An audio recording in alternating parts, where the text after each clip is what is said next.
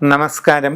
ജ്യോതിശാസ്ത്ര പങ്ക്തിയിലേക്ക് പ്രിയമുള്ള എല്ലാ പ്രേക്ഷകർക്കും ഹൃദ്യമായ സ്വാഗതം. നമ്മൾ ഇന്ന് ജ്യോതിശാസ്ത്രത്തിലെ ചില പ്രത്യേകമായ വസ്തുതകളാണ് പറയാൻ പോകുന്നത്.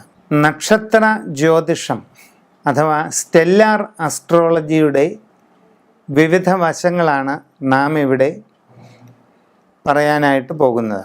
അശ്വതി മുതൽ രേവതി വരെയുള്ള 27 നാളുകാരുടെ പൊതുവായിട്ടുള്ള ഓരോരോ കാലഘട്ടങ്ങൾ എപ്രകാരമായിരിക്കാം, സാമാന്യമായിട്ടുള്ള അവസ്ഥകൾ ഓരോ സന്ദർഭങ്ങളിലും എങ്ങനെയൊക്കെ വന്നു ചേരാം തുടങ്ങിയ വിവിധങ്ങളായ വിഷയങ്ങൾ, അതാണ് നമ്മൾ ഇന്ന് പറയുന്നത്.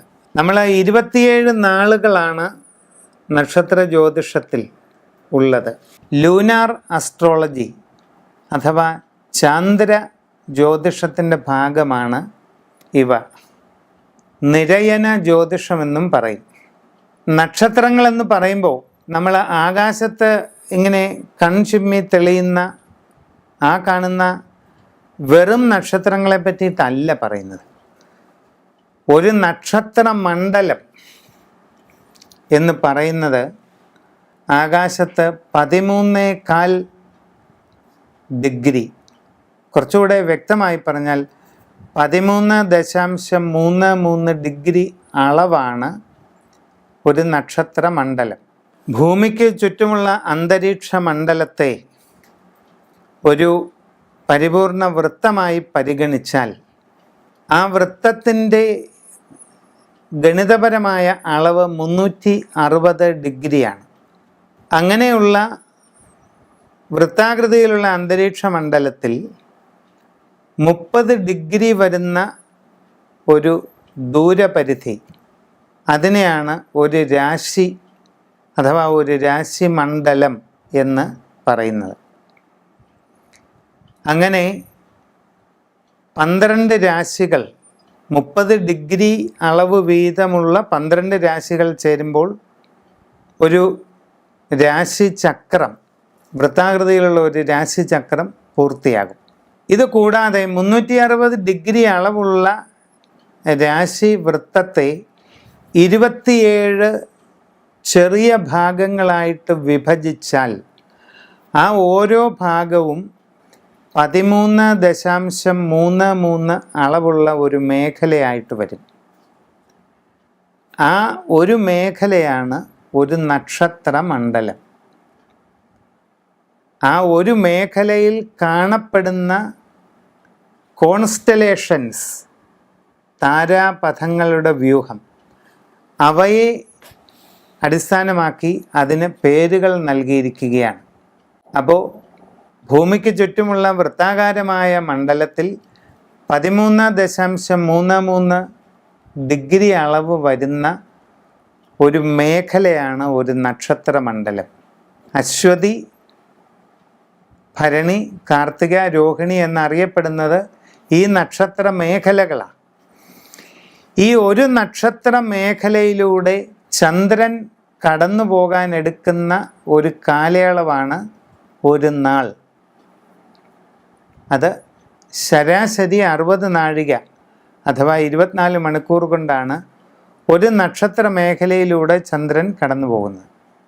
ഇതിനെയാണ് നമ്മൾ ഒരു നാൾ എന്ന് പറയുന്നത്. ഇതാണ് നക്ഷത്രങ്ങളെ പറ്റിയിട്ടുള്ള ഏറ്റവും അടിസ്ഥാനപരമായ കാര്യം ചുരുക്കി പറഞ്ഞത്. ഉത്തരം നക്ഷത്രക്കാരെ സംബന്ധിച്ച് ആദിത്യ ദശയിലാണ് ജനനം. സൂര്യനാണ് നക്ഷത്രാധിപൻ. ഏകദേശം ശൈശവകാലം ഈ ആദിത്യ ദശയിൽ കടന്നു പോകും. ആദിത്യനായതുകൊണ്ട് തന്നെ ശാരീരികമായ അസ്വസ്ഥതകൾ, പലതരത്തിലുള്ള ക്ലേശങ്ങൾ, ഇതൊക്കെ ചെറിയ തോതിലൊക്കെ വരാം. നല്ല ശ്രദ്ധ ഉണ്ടായിരിക്കണം. ശൈശവഘട്ടം കഴിഞ്ഞ് ബാല്യാരംഭം മുതൽ ബാല്യം തീരുന്നത് വരെയുള്ളതായ 10 വർഷക്കാലം ചന്ദ്രദശയാണ്. വിദ്യാഭ്യാസത്തിൻ്റെ തുടക്കമൊക്കെ ഈ ചന്ദ്രദശയിലൂടെ കടന്നു പോകും. നല്ല രീതിയിൽ വിദ്യാഭ്യാസ കാലം തുടങ്ങാനായിട്ട് പറ്റും. കുടുംബത്തിൽ സ്വസ്ഥത, സന്തോഷം, പലവിധത്തിലുള്ള നേട്ടങ്ങൾ, ഇതൊക്കെ ഈ കാലത്ത് വന്നു ചേരാനായിട്ടുള്ള സാധ്യതകളുണ്ട്. ചന്ദ്രദശാകാലം പൊതുവെ സാമാന്യമായിട്ട് അനുകൂലമായിരിക്കുന്നതിനാണ് സാധ്യത. ഈ ബാല്യം മുതൽ കൗമാരം തീരുന്നതായ ഒരു ഘട്ടം വരെ വരുന്നത് ചൊവ്വാദശയാണ്. അപ്രതീക്ഷിതമായിട്ടുള്ള ചില പ്രയാസങ്ങൾ, ശാരീരികമായ അസ്വസ്ഥതകൾ, ചെറിയ തോതിലുള്ള വീഴ്ചകളോ മറ്റു പ്രയാസങ്ങളോ ഇതൊക്കെ ചൊവ്വാദശയിൽ ഒരുപക്ഷെ ഉണ്ടായേക്കാം. നിങ്ങൾ വളരെ ശ്രദ്ധയോടുകൂടി ആ കാലഘട്ടം കൈകാര്യം ചെയ്യുക.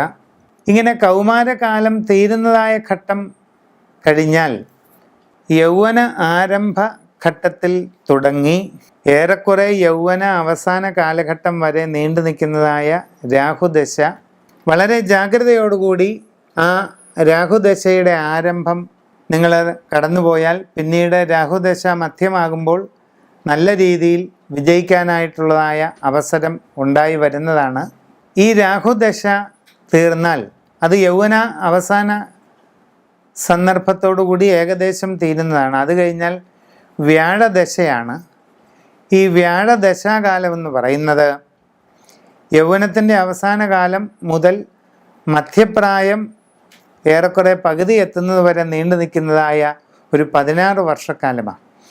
ഈ വർഷക്കാലം നേട്ടങ്ങളുടെ കാലഘട്ടമാണ്. സാമ്പത്തികമായ പുരോഗതി, വീട് നിർമ്മിക്കുകയോ വാങ്ങിക്കുകയോ ചെയ്യുക, കുടുംബപരമായ സ്ഥിരത, നേട്ടങ്ങൾ, സന്താനങ്ങളെ കൊണ്ടുള്ള ഗുണങ്ങൾ, സന്തതിപരമായ അനുഭവ ഗുണങ്ങൾ, ഇതെല്ലാം ആ കാലഘട്ടത്തിൽ വന്നു ചേരാവുന്നതാണ്. വ്യാഴം നിങ്ങളുടെ ജാതകത്തിൽ നല്ല രാശിയിലാണ് നിൽക്കുന്നതെങ്കിൽ ഇതെല്ലാം പൂർണ്ണമായ തോതിൽ അനുഭവിക്കാൻ ഇടവരും.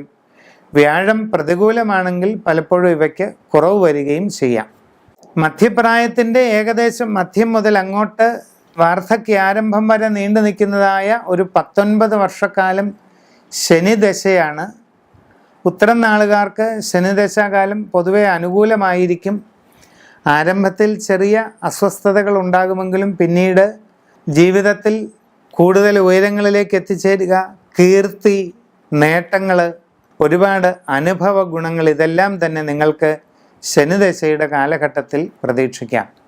മാണിക്യം അഥവാ റൂബിയാണ് ജന്മനക്ഷത്ര കല്ല്. അല്ലെങ്കിൽ ദശാകാലമനുസരിച്ച് വേറെ കല്ലുകളിടാം, മാറി മാറി. നിങ്ങളുടെ സ്വന്തം ജന്മ തീയതി സമയമനുസരിച്ച് ഗ്രഹനില കണക്കാക്കി അതിനനുസരിച്ച് വസ്തുതകൾ മനസ്സിലാക്കി മുമ്പോട്ട് പോവുക.